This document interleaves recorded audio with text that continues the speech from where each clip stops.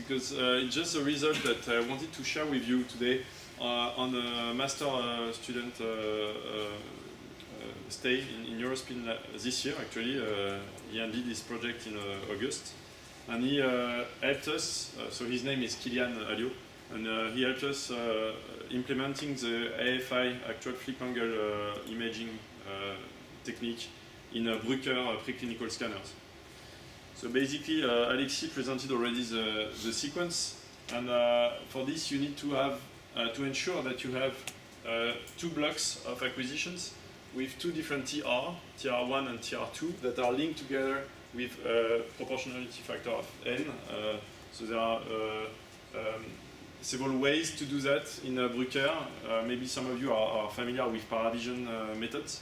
And we decided to start with a flash sequence because flash sequence is probably the only one with the code source that is open on Paravision 6. The multi-gradient echo was not, for example.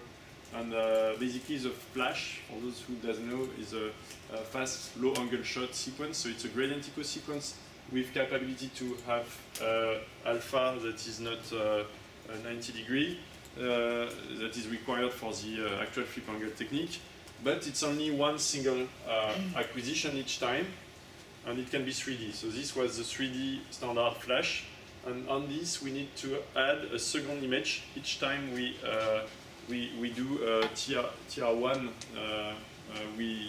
We repeat another acquisition for another TR, as Alexis explained. So to do that, we use the trick that is basically to mimic the fact that we acquire two images at the same time by like using a parameter that is not used for that normally. It's a number of images, but it works. So at the end, we have two images, and as you know, this is not sufficient. This is like just the concatenation of two flash acquisitions with two different TR, but we need in the AFI sequence to add some spoilers, and also we will have some phase cycling on the excitation pulses, as mentioned by Alexis as well, in order that we have a steady state that is giving you the nice relationship between alpha and the two signals that you acquire here, first signal and second signals. So I'm going a bit quick, but basically how to recover the maps, alpha maps, flip angle maps, after this acquisition. So you get two signals, and the relationship that Alexis showed already is this one. If you call R the ratio of S2 over S1, the two signals, and N, the ratio between the two repetition times, TR1 and TR2, will have arc cosinus of arc cosine of Rn minus 1 over N minus R. That gives you alpha. So basically we divide the two images, and we get R image, and then from the R image we can have the alpha image. So to implement this in practice, we used first a homogeneous coil, so a birdcage from Bruker, quadrature coil with 31 millimeter diameter, and we filled it with agar gel.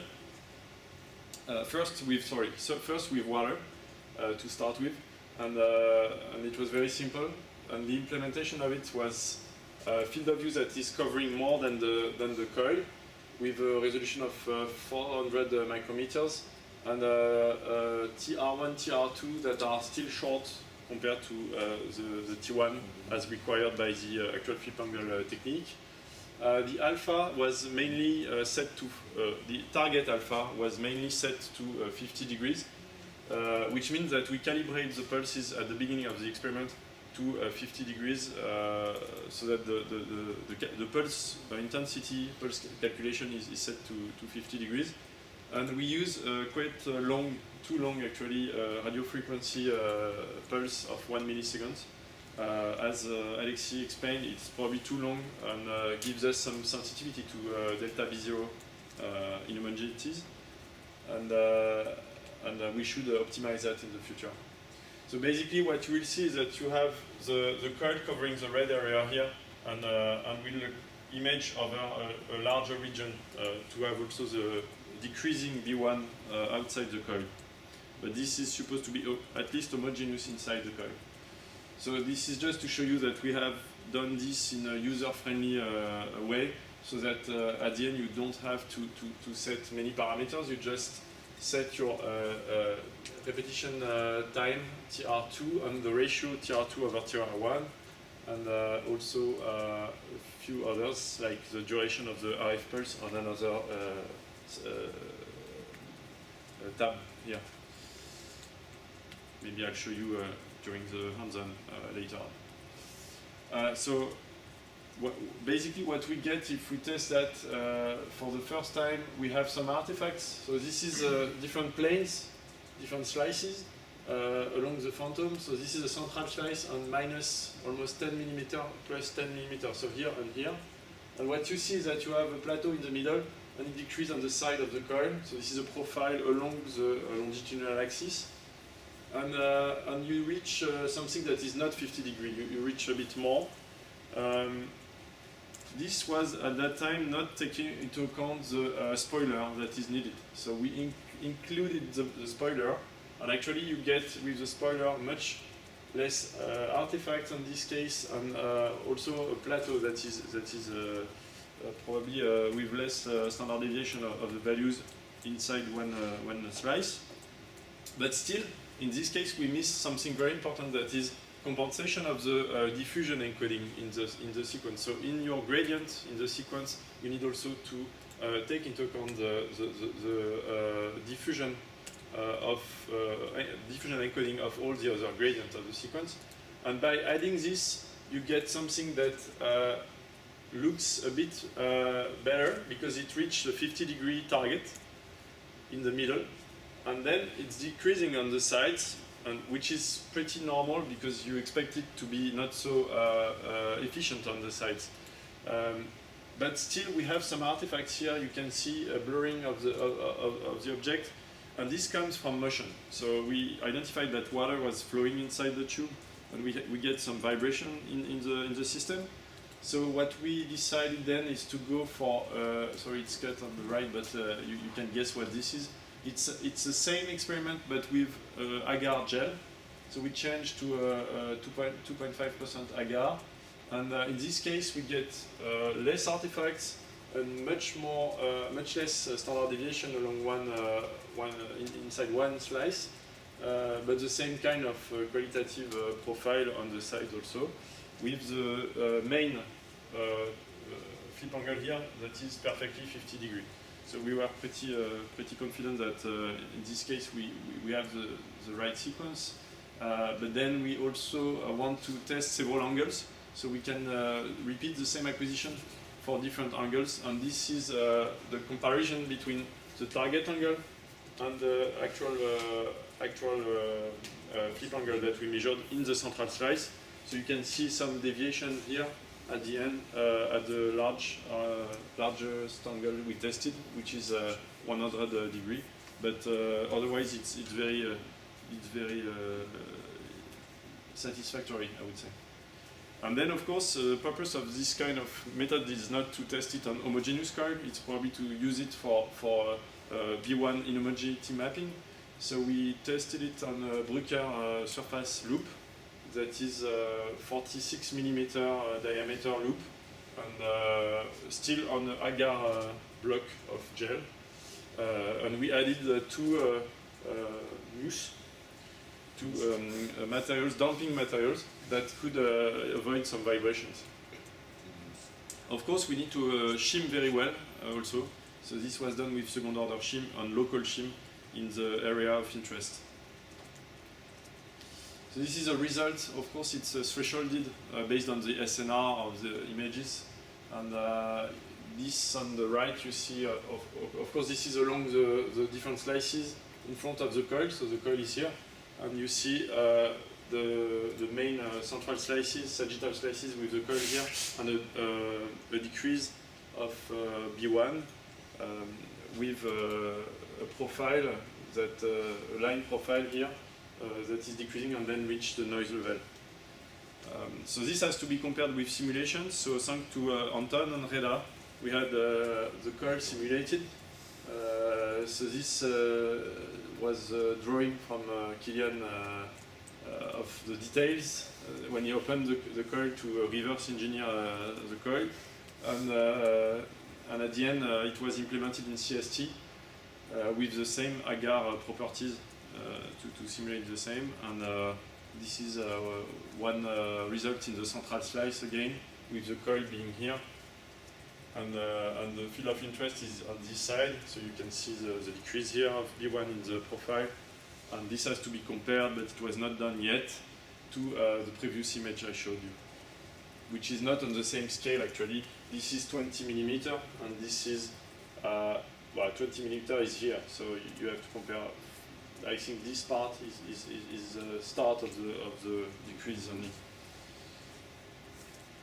So that's about all what I want to share with you on this, and of course we have some work before maybe publishing and distributing the sequence, because the idea is to make it usable for anyone interested, and we'll have to finish the comparison with simulations, get a shorter RF pulse, and validate this over a larger range of flip angles, because we can go higher than 100 degrees and use it probably in vivo as well.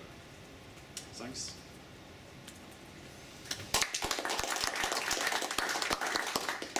And we can use this sequence in all Paravision. It's compatible with the newest version of the software, so Paravision 6 and all the newest versions. And So it means that all the centers... and 5 and 4. 5 and 4, nobody, I mean, in a few years nobody will use it anymore, so we don't want to spend time working on this So version. we can backport it in case we for the We- price spec. Yeah. I think about 4.7 Tesla, and it's going to be very useful, but it's... I know. But it's not so easy to, I mean, it's feasible, but it requires some weeks of work probably we to ask Kilian, change. you have time, no? He has another project now. So.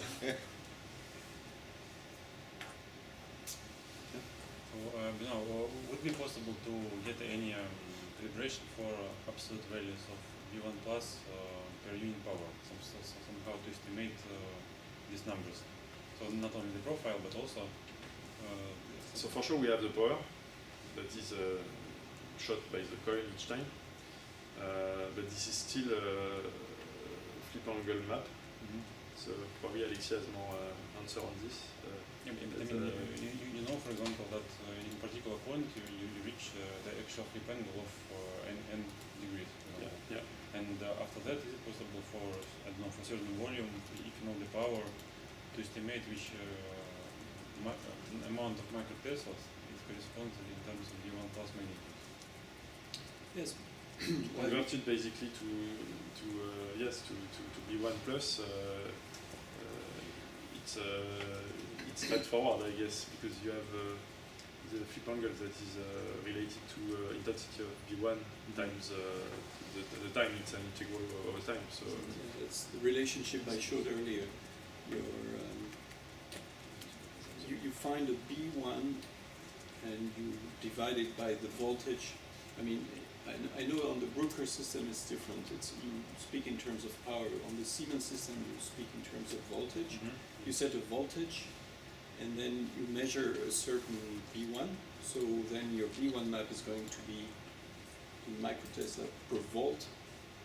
And then after that, if you want to enhance your B1, you just need to enhance your voltage. Yeah, sure, but what you know from this data is how many degrees of flip angle you get per unit voltage. Yes.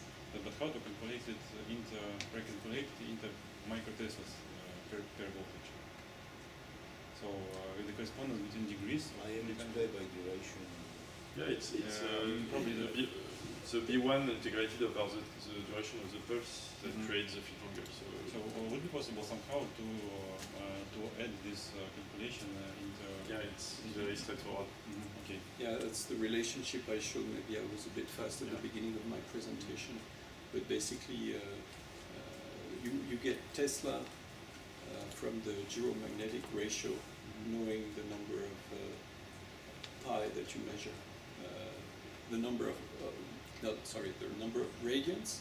You convert it into hertz or turns per second, and then with the gyromagnetic ratio, you retrieve Teslas. Okay. Because we know that the proton turns at 42.6 megahertz per Tesla, the proton spin. So that's the gyromagnetic ratio. Okay, thanks. So it would be very useful for making comparisons with the simulations to get these absolute values. Yeah, we'll probably implement it. Also, what I have to say is that it's post-processing that is done offline on MATLAB, and at the moment we did not implement it in the Bruker reconstruction, but we could quite easily because it's not very complex. So it has to be coded, and we can add a final step that is conversion to microtesla per watt. Nice. That could be feasible. Good idea. Other Okay. questions? All right. So let's stop for this morning. Just a quick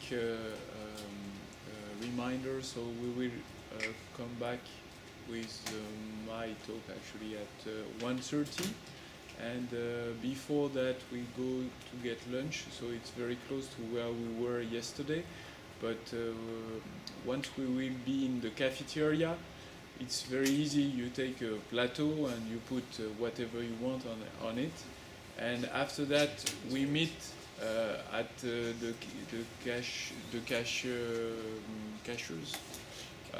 and you will wait for me, and let's all meet to the one that is on the left side of the cafeteria, and I'll pay once after the other for everybody. Okay? One after the other.